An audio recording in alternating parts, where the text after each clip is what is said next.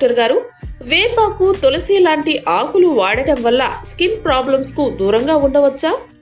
మనకు మీరు అడిగిన వేపాకు, తులసి అనేది వాడడం మంచిదా చెడు అనేది ఇది చాలా పురాతనమైనది. వేపాకు మాత్రం ఈ యాంటీ మైక్రోబియల్ ప్రాపర్టీ అనేది ఉంటుంది.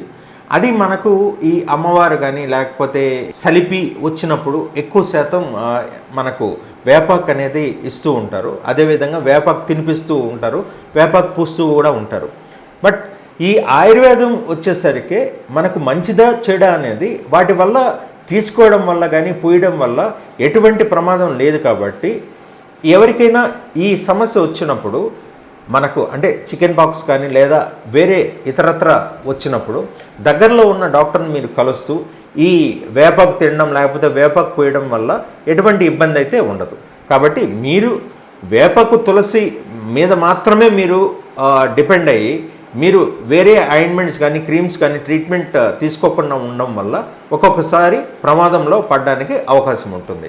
కాబట్టి మీకు ఏదైనా చర్మం పైన ఈ చెమట గుల్లలు కానీ లేకపోతే అమ్మవారి మచ్చలు కానీ లేకపోతే చీము గుల్లలు కానీ వచ్చినప్పుడు దగ్గర ఉన్న డాక్టర్ను కలిసి మీకు కావాల్సిన విధంగా ఇంట్లో మీరు ఏ రకమైన వైద్యమైనా తీసుకోవచ్చు. Like and subscribe Eagle Health and Beauty.